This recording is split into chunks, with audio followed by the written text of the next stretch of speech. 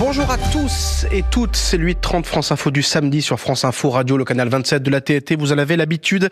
Bonjour Myriam Ankawa. Bonjour Mathéo, bonjour à tous. Journaliste à la chaîne parlementaire, notre invité ce matin est député La France Insoumise de Seine-Saint-Denis, Éric Coquerel, bonjour. Bonjour. Beaucoup de sujets à voir avec vous, on aimerait d'abord vous faire réagir à ceci. Je veux que vous sachiez que je vais continuer à me battre pour améliorer la vie du peuple brésilien, parce que ce peuple est déshonoré. Je vais me battre pour le bien du pays, je suis reconnaissant envers vous tous. Voilà, c'est Luiz Inácio Lula da Silva dit Lula, l'ancien président brésilien, sorti de prison hier soir, cette nuit, après plus d'1 an et demi de détention à la suite d'une décision favorable de la Cour suprême, une décision qui vous satisfait. Je suis très heureux. Il se trouve que j'ai fait un des derniers meetings de Lula libre. C'était au Forum social mondial de Salvador de Bahia en 2018, si je me trompe pas, où j'avais été justement pour être un des co-créateurs du comité de soutien à Lula. Bon, et qu'est-ce qu'on dit ? Et à l'époque, c'est intéressant l'affaire de Lula parce qu'à l'époque, y compris en France, sur les accusations qui étaient sur lui, qui se sont toutes révélées fallacieuses. On voit bien que c'était ce qu'on appelle un coup d'état juridique pour faire en sorte qu'il ne se représente pas. Il était largement en avance dans les sondages face à Bolsonaro. Même en France, je me rappelle que les journalistes étaient sceptiques, disaient oui, mais quand même, etc. Bon, c'est une grande leçon. Parce que ça veut dire que dans pas mal de pays, certains régimes utilisent la justice pour éliminer leurs opposants. Et Lula en était un exemple emblématique. Donc déjà, leçon de choses. Deuxièmement, c'est un grand espoir. Parce que Bolsonaro est un fasciste, moi j'hésite pas à le dire, l'actuel président du Brésil. Voilà, qui applique des mesures à la fois écocides et néolibérales à son pays. Et Lula libre, c'est la possibilité d'une reconquête, justement, d'une révolution citoyenne qui reprend son cours au Brésil. Bien sûr. Moi, je suis très très heureux qu'il soit libre, et je crois que je pense à tous mes amis brésiliens à cette heure. Il y a 30 ans, jour pour jour, Éric Coquerel, le mur de Berlin tombait et personne n'avait vu venir ce moment historique. À l'époque, vous êtes un jeune trentenaire, militant de la Ligue communiste révolutionnaire. Que représente exactement cette date pour vous ? Elle est importante, comme tout le monde. Enfin, c'est plus que la chute du mur, c'est un monde qui change, qui se bouleverse à ce moment-là. Je vous l'ai dit tout à l'heure, j'étais à ce moment-là, en off avant, je m'occupais de courses de bateaux, donc je m'occupais de la communication du Vendée Globe et j'étais en contact tous les jours avec les marins, c'était le premier Vendée Globe. Il y a une chose étonnante, comme quoi tout s'est fait vite, c'est qu'ils sont partis des Sables d'Olonne dans un monde, ils sont revenus une centaine de jours plus tard dans un autre. Voilà, il y avait la chute du mur, la libération de Mandela, etc. Donc c'est évidemment une période de bouleversement. Bon, c'est un moment heureux. Pour vous, ce qui est un moment heureux, c'est le fait que des pays qui vivaient sous un joug d'un point de vue des libertés, ces peuples se soient levés. Maintenant, la chute du mur elle-même, c'est-à-dire la réunification de l'Allemagne, ce que je note surtout, c'est qu'un moment de liberté, un moment de reconquête d'une souveraineté populaire du côté des pays de l'Est, c'est terminé dans une annexion. Alors, on y vient. Dans une annexion de l'Allemagne de l'Est par l'Allemagne de l'Ouest, qui n'a eu aucun rapport avec une réunification où on refait par une constituante. Donc vous cautionnez le mot de Jean-Luc Mélenchon en parlant d'annexion. C'est pas ce qui s'est passé. D'annexion de l'Allemagne. Bien sûr, c'est ce qu'il y a eu. De l'Ouest. Incontestablement. Vous n'avez pas à un moment donné, les deux peuples ne se sont pas réunis pour décider dans quel pays ils allaient vivre. Ça a été les règles de l'Allemagne de l'Ouest, le système économique de l'Allemagne de l'Ouest. Ça veut dire quoi exactement ce mot ? Parce qu'on a l'impression qu'au fond, vous mettez sur le même plan le capitalisme et la brutalité qui peut comporter une certaine forme de violence, c'est sûr. Mais vous le mettez sur le même plan qu'un régime totalitaire, vous trouvez que Bolsonaro celui de l'Allemagne de l'Est. C'est quoi comme régime ? Je vous parle de l'Allemagne de l'Est de l'époque. Non, mais c'est pas ça que je veux dire. Dans laquelle les élections sont jouées d'avance, dans laquelle il y a des prisonniers politiques, des décisions arbitraires. D'accord. Pour vous, c'est la même chose ? Mais je vais vous dire une chose, il y a certaines versions du capitalisme, on le voit depuis 30 ans. À l'époque, c'est intéressant d'ailleurs de se resituer les faits, parce qu'à l'époque, on parle de liberté. Bon, et c'est vrai que je ne regrette pas, je le dis, je ne regrette pas les régimes tels qu'ils étaient, soviétiques, tels qu'ils s'étaient figés, installés, bureaucratisés dans cette partie du monde. Mais d'un autre côté, vous n'allez pas pour autant faire en sorte que je félicite le capitalisme sauvage qui s'est aussi imposé à partir de là et qui fait le malheur de centaines de millions de personnes dans le monde, voire de milliards de personnes. Mais si, Si, c'est dans certains endroits. Je parlais du Brésil. Je reviens sur le Brésil. Vous voyez bien que ce capitalisme-là, quand à un moment donné il doit comment dire s'imposer en force, il n'en a cure de la démocratie. Il s'impose en force. C'est un régime qui capte les richesses et produit des inégalités absolument insupportables, qui nous entraîne vers une catastrophe écologique. Donc, si vous voulez me dire que finalement le capitalisme dans sa version qui s'est développé justement à partir de ces années-là et les régimes qui étaient dans les pays de l'Est, si vous voulez essayer de me faire une comparaison pour me dire que l'un est mieux que l'autre, je vous réponds non. Bon. On va parler d'un autre sujet, parce qu'on a beaucoup de choses encore une fois à voir avec vous, Éric Coquerel, un sujet qui fait aussi polémique. C'est cet appel demain à manifester à Paris, rendez-vous Gare du Nord en début d'après-midi, contre l'islamophobie. Vous comptez manifester toujours, et si vous comptez toujours y aller, expliquez-nous pourquoi. Ah bien sûr. Bah pourquoi parce qu'il y en a d'autres qui ont signé l'appel, mais on va y revenir, et qui finalement n'y vont pas. Beaucoup moins qu'on le dit. Il y a plein de fake news qui circulent depuis des jours sur cette marche. Mais pourquoi tout simplement une chose, c'est que moi je regrette qu'après l'attentat de Bayonne, où quand même on a quelqu'un qui vient pour tuer devant une mosquée, il n'y ait pas eu des réactions au plus haut sommet de l'État, d'accord, pour appeler par exemple à une grande marche nationale. Qu'il n'y ait pas eu le même type de réaction que je trouve salutaire au moment, par exemple, d'actes antisémites. C'est quand même un problème. On a aujourd'hui, dans le pays maintenant, depuis des mois... Vous parlez de l'assassinat de Mireille Knoll, par exemple ? Voilà, par exemple. Vous trouvez qu'il y a deux poids, deux mesures ? Ah bah, clairement. Enfin, vous dites et là, ce en matin, l'occurrence, je ne fais pas convaincre. Je pense qu'il fallait aller au rassemblement de Mireille Knoll. Il y a eu 2 blessés à Bayonne. Je pense qu'en février 2019, à la place de la République, je me suis retrouvé, j'ai signé des appels, y compris avec des gens avec qui je suis en total désaccord. Au moment de Mireille Knoll, Madame Le Pen était dans la manifestation. Et là, tout d'un coup, bizarrement, curieusement, certains, par rapport à des compatriotes qui, au nom de leur religion, sont discriminés, là, tout d'un coup, il faudrait avoir une pureté totale, que toutes les personnes présentent un CV absolument clair, mais on ne demande pas la même chose pour les autres actions. Il n'y a pas longtemps, j'étais soutenir les Kurdes, et je ne le regrette pas. Dans une soirée d'un meeting, je me suis retrouvé avec Bruno Retailleau. Je suis totalement contre beaucoup de positions de Bruno Retailleau. Personne m'en a tiré rigueur. Donc, je vous le dis, je pense qu'il y a une menace aujourd'hui très grave qui va jusqu'à, malheureusement, des attentats pour nos concitoyens de religion musulmane. Et à partir de là, en tant qu'homme de gauche, c'est de mon honneur d'être présent dans une manifestation sur un texte qui est correct. C'est pas moi qui voulais pas vous laisser finir, c'est juste qu'il est 8h40 et vous savez, sur France Info, c'est l'heure de refaire un point sur l'info avec Yasmina Adila. À tout de suite. À peine sorti de prison, Lula promet de continuer la lutte. L'ancien président brésilien libéré après plus d'1 an et demi derrière les barreaux, ovationné par des milliers de militants de gauche.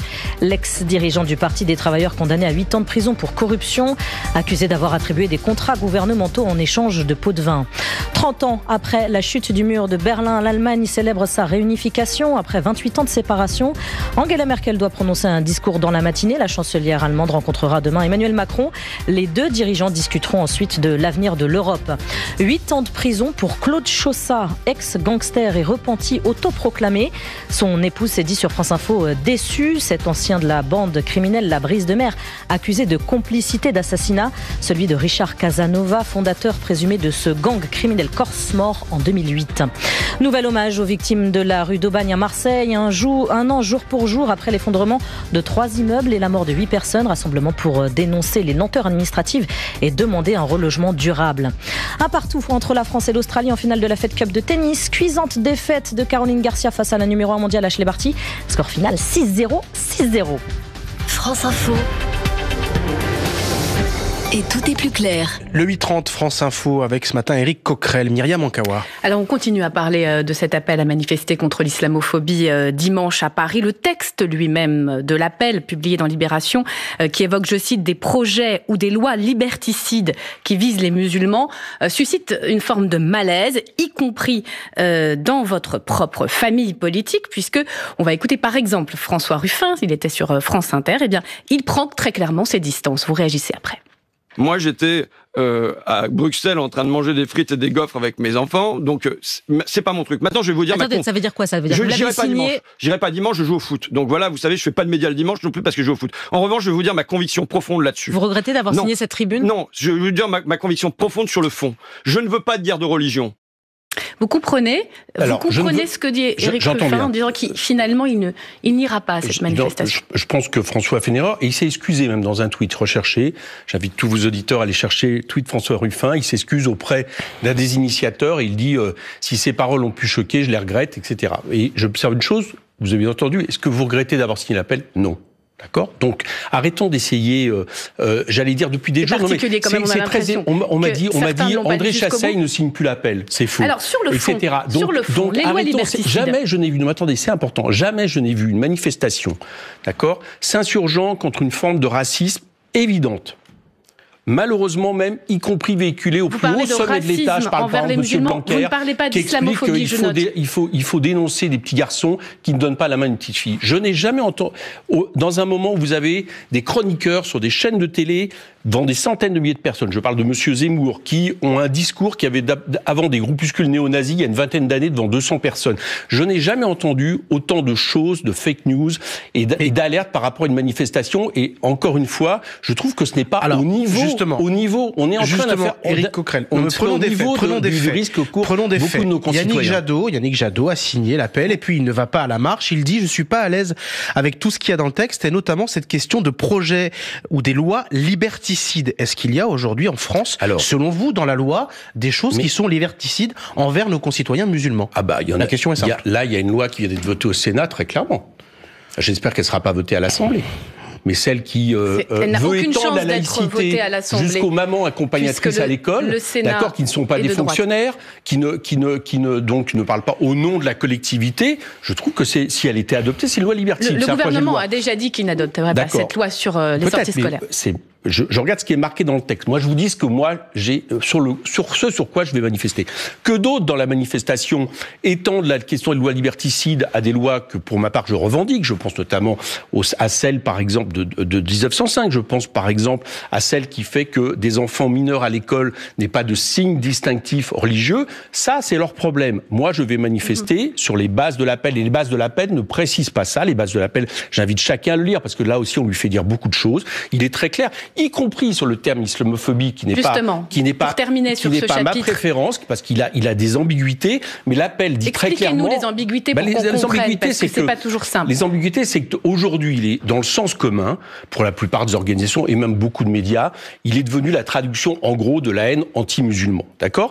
Mais il peut aussi présenter une signification qui serait le droit de critiquer une religion. Bien évidemment, moi, je pense qu'on a le droit de critiquer les religions, c'est évident, je suis laïque, je pense que la laïcité permet de croire ou de ne pas croire, la liberté de conscience. Bon, mais ce texte dit très clairement, justement, lisez-le. Mais Jean-Luc Mélenchon lui-même, Éric Coquerel, c'était en 2015. Dans le terme de critique de la religion, mais seulement de celle de stigmatisation des musulmans. Donc arrêtons de faire dire à ce Jean-Luc Mélenchon, qui après les attentats disait clairement, écrivait, on a le droit de ne pas aimer l'islam comme on a le droit de ne pas aimer le catholicisme. Il disait qu'il contestait même le terme d'islamophobie. Oui. Il n'a pas changé d'avis ou il a changé d'avis? Alors, je vais vous dire une chose. C'est quand même. Moi, je n'utilise toujours pas ce terme. Maintenant, ça ne va pas m'empêcher de signer un texte unitaire avec beaucoup de monde. Monsieur Martinez, Monsieur Jadot l'a quand même signé, même s'il dit qu'il ne va pas manifester, Monsieur Cormand, etc. Deuxièmement, la période a changé. La période a changé, et je le regrette bien.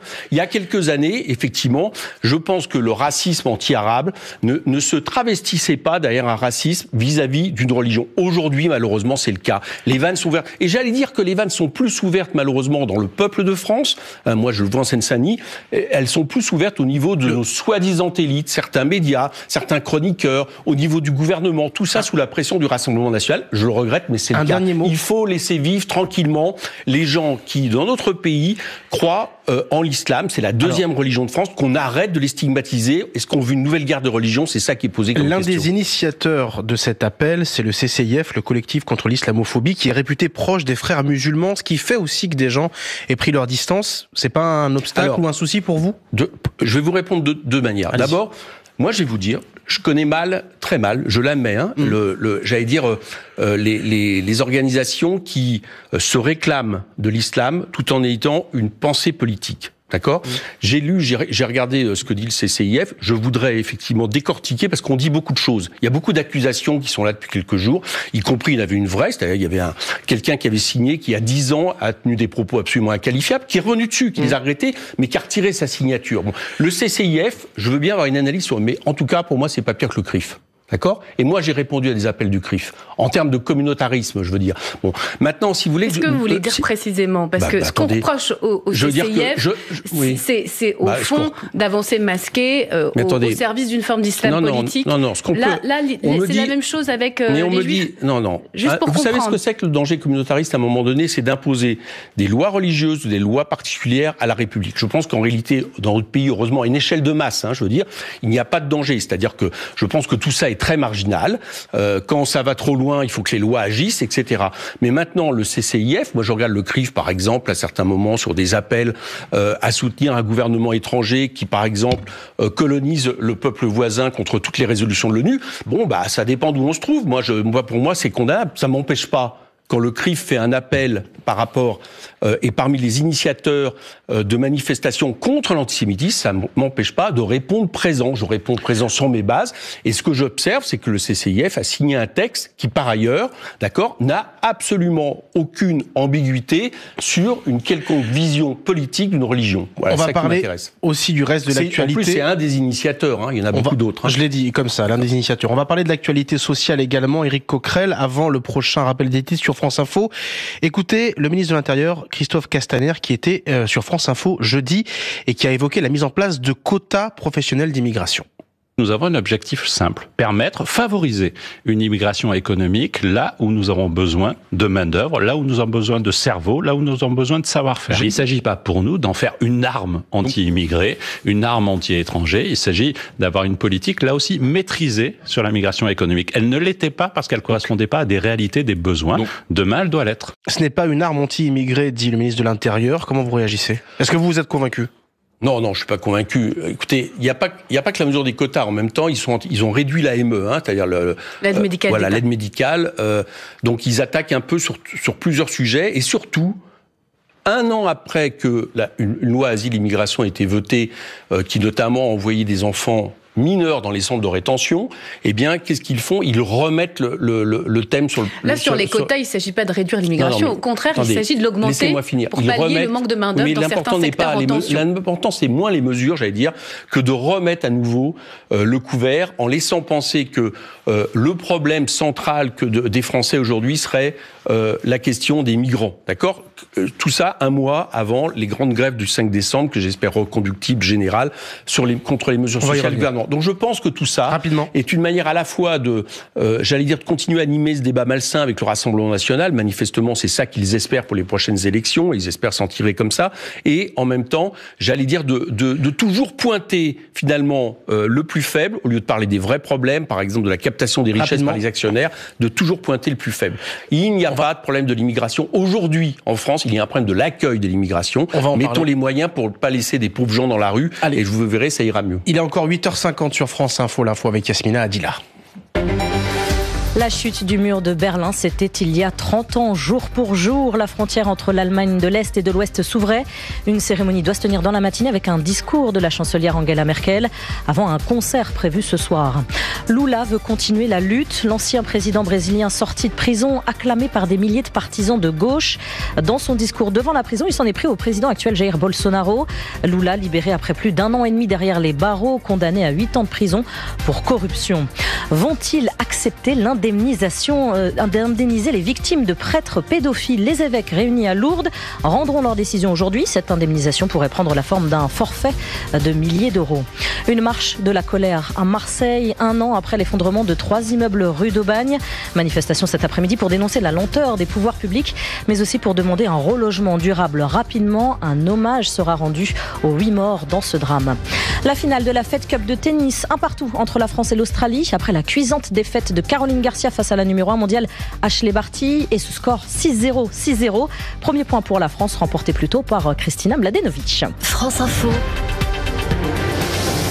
Et tout est plus clair. Le 8h30 France Info jusqu'à 9h avec Éric Coquerel et Myriam Ankawa. Éric Coquerel, est-ce que vous soutenez le mouvement de grève générale reconductible à partir du 5 décembre prochain à la SNCF et la RATP? Est-ce que, au fond, vous souhaitez un hiver noir et une forme de France bloquée dont déjà les usagers peuvent craindre? C'est ça, oui. Écoutez, vous savez, moi je me souviens en novembre 1995, la France est bloquée et les usagers ont soutenu le mouvement à 75% parce qu'ils ont bien compris que les gens se battaient pour y compris leurs acquis sociaux et leur retraite et leur sécurité sociale. Donc je pense que ça sera la même chose cette fois-ci. C'est-à-dire, je crois que, je l'ai vu d'ailleurs, il y a un sondage qui est sorti récemment dans les Échos qui montre que de plus en plus de Français soutiennent les revendications contre la casse, non pas la réforme, mais la casse. Quand ça avait duré 3 mois à la SNCF, le soutien avait un peu baissé au fil des jours quand même. Oui, absolument pas. Novembre-décembre 95, ça n'avait absolument pas. Non, je vous parle de l'année dernière. Mais 2019 n'est pas 95 non plus. Là, on pourrait parler aussi de la forme de mouvement qui a eu lieu avec des jours annoncés, et puis mais laissons tomber. Ce que je crois, c'est qu'il y a un vrai mécontentement social, et je pense que les gens tiennent à leur régime de retraite. Non. Je crois que la RATP, les gens de la SNCF ouvrent la voie, et ce que je souhaite, c'est pas moi, je ne suis pas syndicaliste, donc c'est pas à moi de décider, mais c'est qu'on aille vers une grève générale reconductible. Pourquoi ? Parce que ça permettrait d'aller plus vite pour battre la réforme du gouvernement, et que cette réforme est mauvaise parce qu'elle casse un des grands acquis sociaux de la France, acquis après la Seconde Guerre, renforcé dans les années 80, et qui vise à forcer les gens à travailler toujours plus longtemps, alors même qu'on a 6 millions de chômeurs dans ce pays. Donc, et qu'il vaudrait mieux partager le temps de travail. Vous souhaitez au fond que ces retraites telles qu'elles existent soient défendues. Est-ce que vous souhaitez aussi une forme de convergence de toutes les luttes avec un effet boule de neige un peu gilet jaune avec des fonctionnaires, mais pas seulement dans la rue? Parce qu'on voit qu'il y a une grogne sociale très forte à l'hôpital, dans l'enseignement. Mais vous souhaitez au fond que toutes ces catégories se réunissent? Bah oui, pourquoi? Parce que la politique du gouvernement, je la trouve mauvaise pour le pays. D'accord ? Elle ne donne plus de moyens et donc elle fragilise l'État. Et on le paye à tout niveau, que ce soit dans les services d'urgence, que ce soit les pompiers, à l'hôpital, que ce soit en gros tous ceux qui servent l'État. D'un autre côté, elle attaque les retraites. D'un autre côté aussi, elle attaque les chômeurs. Je vous rappelle, avec cette loi allocation de chômage qui vient d'être réformée, qui va sortir possiblement ou diminuer les allocations de 1 500 000 personnes. Donc je peux vous annoncer que le chiffre de pauvreté qui a augmenté l'an dernier de 400 000 va encore augmenter l'an prochain. Donc il y a plein de raisons de se mobiliser. Et là quand un gouvernement est la seule manière, à mon avis, l'arme la plus efficace, en dehors des urnes dans lesquelles nous reviendrons bientôt, eh bien c'est la grève. Donc à partir de là, j'espère bien les salariés feront face à ce gouvernement avec l'arme qu'ils peuvent utiliser, c'est-à-dire la grève. Ce qui joue peut-être pour vous aussi les opposants à cette réforme des retraites, c'est qu'il y a une forme de cacophonie aussi au sommet de l'État. C'est pas la première fois que le haut-commissaire, désormais au gouvernement chargé de ce dossier, Jean-Paul Delevoye, s'oppose au président ou au Premier ministre. C'est encore le cas sur cette clause du grand-père qui aurait fait que les nouveaux entrants seulement auraient été concernés par cette réforme. Là aussi, il y a de la friture sur la ligne. Parce qu'ils ont peur. Très franchement, ils ont peur. Et ils ont raison. Ils ont bien regardé ce qui se passait. La RATP, il y a longtemps qu'il n'y a pas eu une mobilisation aussi importante. Bon, ils entendent ce qui se passe à la SNCF. Donc, ils essayent de contourner les choses. Alors, la clause du grand-père, pour expliquer à vos auditeurs et aux téléspectateurs, c'est le fait qu'en réalité, on appliquerait cette réforme que dans 40 ans. Donc, on demande bien pourquoi on mettrait à mal le pays avec une réforme de ce type. C'était une erreur de sortir cette carte maîtresse. Non, je pense que ça, c'est pas que c'est une erreur. Je pense que ça indique qu'ils ont peur. Voilà. Et qu'il ferait mieux tout de suite, au lieu de faire mal au pays et justement de provoquer des grèves, parce que c'est eux qui déclenchent les grèves. Est-ce que vous avez peur, il ferait mieux de retirer leur projet tout de suite. De voir que finalement les syndicats, vous êtes attachés au corps intermédiaire, au mouvement syndical, sont complètement dépassés, notamment à la SFCF, débordés par la base, et qu'il risque d'y avoir des tensions s'il n'y a plus d'interlocuteurs pour négocier. Mais il y aura toujours des interlocuteurs. Moi, je me souviens, vous savez, l'auto-organisation, c'est pas nouveau. Moi, j'ai participé à un très grand mouvement auto-organisé contre Devaquet en 86, qu'on parle de passé. Il y a eu une co-organisation au bout d'un moment, puis le gouvernement a dû négocier avec les structures que s'étaient donné les manifestants. Là, c'est peut-être pareil, mais j'ai pas l'impression. Moi, par exemple, j'ai été récemment soutenir les grévistes de Châtillon, du centre de maintenance des TGV. Bon, ils sont partis en grève d'eux-mêmes, d'auto-organisation. Mais il y a des syndicats qui sont quand même avec eux, qui les soutiennent. Donc, j'ai pas l'impression qu'il y ait autant de distance. Par contre, qu'à un moment donné, il y ait une auto-organisation, ce qui ça permet d'être plus efficace et de généraliser en lien avec les syndicats combatifs. Pourquoi pas? Je trouve ça plutôt intéressant. Vous savez, ça se passe un peu partout dans le monde. C'est ce que nous, on appelle des révolutions citoyennes. En tout cas, des germes de révolutions citoyennes. En Amérique latine, il y en a plein, au Liban, etc. Une dernière question. Le politologue Thomas Guénolé, qui a fait partie de l'aventure Insoumise un temps, en étant même l'un des plus farouches défenseurs, a pris ses distances. Il est parti. Il allume le parti dans la chute de la maison Mélenchon, publié chez Albin Michel. Il dit notamment que toute critique interne ou tout débat interne est impossible à la France insoumise. Et j'ai pas cette vision-là, voilà, des choses. Ce que j'observe, c'est que que Thomas Guénolé, encore quelques jours avant, n'avait aucune critique. Donc voilà. Bon, donc on peut débattre. Bien sûr. C'est pas le premier départ et c'est pas la première fois qu'on entend bien sûr qu'on peut débattre. Là, par exemple, on a des débats sur tous les sujets dans le groupe électoral. J'ai pas cette vision-là des choses. Voilà. Merci beaucoup Éric Coquerel d'être passé à France Info, député La France Insoumise de Seine-Saint-Denis. Merci Myriam. On se retrouve demain avec Jean-Jérôme Bertolus et avec le député Europe Écologie Les Verts Thomas Carrel.